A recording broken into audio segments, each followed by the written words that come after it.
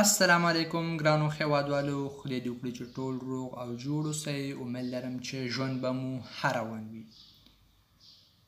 ټولو نه مخکې ټولو ګرانو هیوادوالو ته د لوی اختر مبارکي وایم. اختر مو مبارک شه. خدای دې وکړي چې ټول په خوشحالۍ سره اختر تیر کړئ. اوس راځئ چې درس شروع کوو. نن زمونږ درس دی اون میزون ا لوی. عنوان دی اون میزون ا لوی، معنا کرایه لپاره یو کور. موږ څنګه کولی شو چې په فرانسه کې یعنی په فرانسوي ژبه کې یو کور په کرایه ونیسو؟ که چیرې موږ غواړو یو کور په کرایه ونیسو او د هغې مالک سره موږ غواړو خبرې وکړو، نو موږ کوم خبرې باید استعمال کړو؟ خو لیکن دلته خو مختلفې خبرې کېږي، خو لیکن ما یو لنډه مقاله یعنی یو لنډه کنورسیشن ما جوړ کړی دی، غواړم چې هغه تاسو ته تشریح کړم. دا د کور د کرایې نیولو په مناسب دی چې موږ څنګه کولی شو کور په کرایه ونیسو، او یو کس دی یعنی یو مشتری دی چې غواړي کور په کرایه ونیسي او هغه د کور د مالک سره خبرې کوي، او غواړم چې دا تاسو لپاره تشریح کړم. امید لرم چې دا ستاسو د ګټې وړ وګرځي. راځئ چې اوس درس شروع کړو. Ahmad, bonjour monsieur, je vous téléphone à propos d'une annonce que j'ai vue dans le journal. Vous pouvez me décrire un peu la maison que vous louez? Bonjour monsieur, je vous téléphone à propos d'une annonce que j'ai vue dans le journal.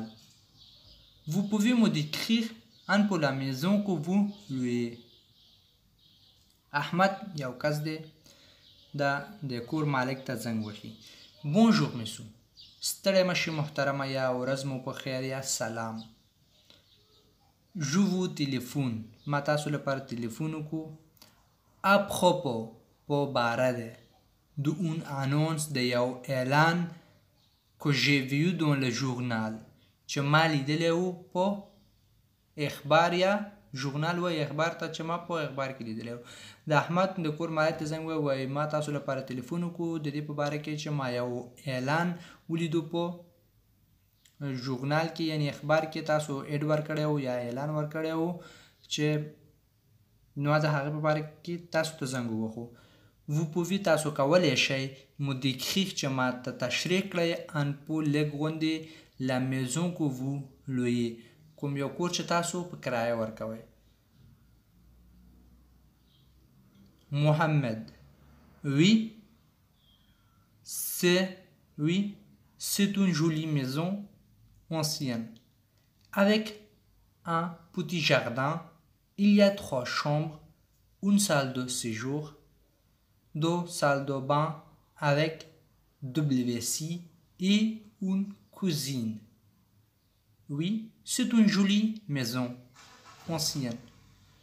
Avec un petit jardin, il y a 3 chambres, une salle de séjour, 2 salles de bain avec WC et une cuisine. محمد چې مثلا د کور مالک دی دا ورته ځواب ورکوي.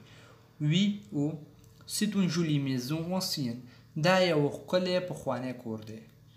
C'est une jolie maison، دا یو ښکلی کور دی. ancienne معنا پخوانی.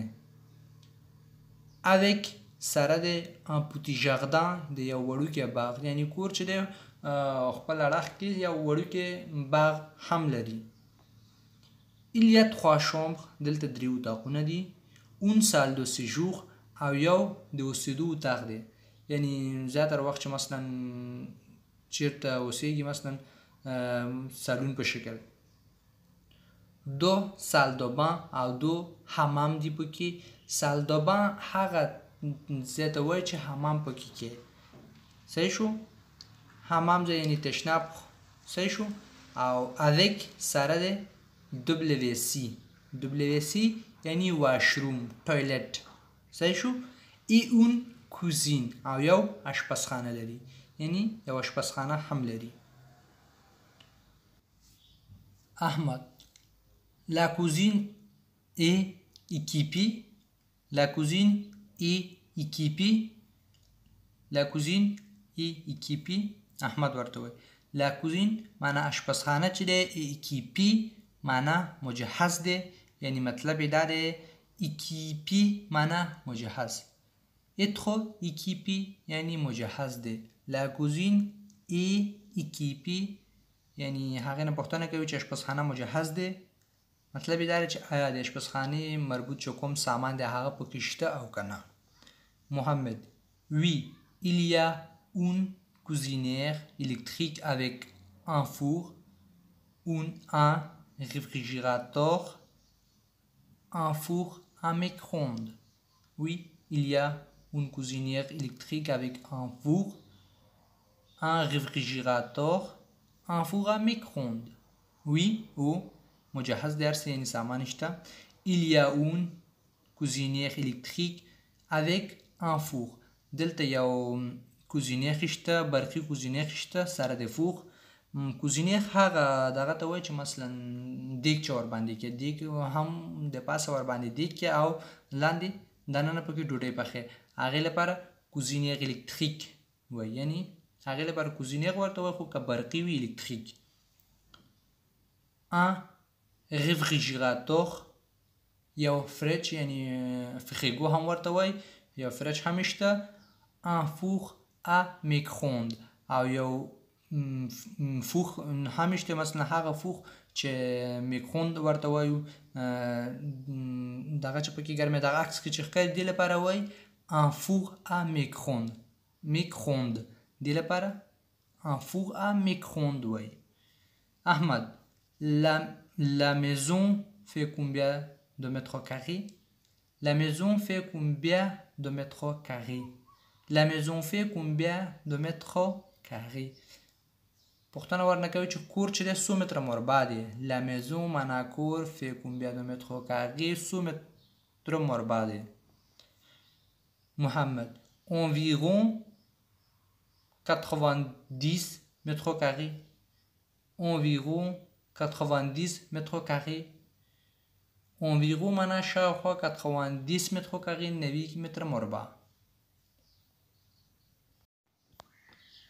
Ahmad, et pour le linge de maison, est-ce qu'il y a des draps Et pour le linge de maison, est-ce qu'il y a des draps Et pour le linge de maison, est-ce qu'il y a des draps او لپاره دلته وایي چې مثلا le linge de maison le linge de maison دا کور کې چې څه توشکې پردې کمپلې دا ټول سامان د کور تکیي سامان چې دی دا ټول په le linge de maison کې راځي او دا ورته وایي چې مثلا ای pour le linge de maison او د کور تکیي سامان لپاره est-ce qu'il y a د draps آیا دلته توشکې او دا شیان شته پردې او دا شیان شته په کور کې توشک دی کمپل دی مثلا دا ټول په le linge de maison کې راځي یعنی دې شیانو لپاره د کور د تکیې سامان لپاره اسکیلیا د دغه آیا دلته مثلا دغه هم ټول دغه لپاره وایي لکه توشک شو کمپل شو دا عموما په مجموعه کې دغه کې راځي یعنی مطلب دا چې آیا په کور کې اسکیلیا آیا دلته شته دغه یعنی توشک کمپل دا سامان په کور کې شته محمد non vous devez en apporter ou en lui non vous devez en apporter ou en lui محمد ورته جواب ورکوي نو دا سامان نشته vous devez تاسو باید en apporter راوړئ او خپل راوړئ او en lui یا په کرایه واخلئ دا اون چې دلته راغلی دی دا د ټول سامان په ځای کې راغی دویم ځلې موږ نشو کولی چې هغه سامان دلته تکرار کړو نو دې لپاره اون استعمالو دا یو جدا درس دی که چېرې تاسو غواړئ چې په دې باندې پوه شئ چې د یو ناون یا د یو شی د نوم په ځای موږ څنګه اون په یو جمله کې استعمالو او یو ځای مثلا یو ښار یا یو ځای په ځای ایګریک استعمالو که غواړئ په دې باندې هم پوه شئ نو تاسو په کمنټ کې راته ولیکئ په راتلونکي ویډیو کې به دا هم تاسو لپاره تشریح کړم اوس که دا دغه کومه ویډیو ډېر اوږدیږي احمد il y a un lave-linge il y a un lave-linge il y a un lave-linge آیا دلته یو د جامو وینځلو ماشین دی lave-linge د جامو وینځلو ماشین محمد oui il y en a un dans la cuisine. Oui, il y en a un dans la cuisine. Oui, il y en a un dans la cuisine. Oui ou il y en a دلته یو شته یو دانه شته dans la cuisine. چیرته په آشپزخانه کې یو دانه شته. Il y en a un dans la cuisine. Il y en a un معنا یو دانه شته dans la cuisine په آشپزخانه کې. دلته بیا اون چې دی اګریک څخه وروسته اون چې دی دا د ماشین په ځای راغی جامې وینځلو ماشین په ځای راغی. او دا زموږ درس امید لرم چې په درس باندې پوه شوي یئ. په مخه ښه وخت او ښه ژوند ولرئ. په مخه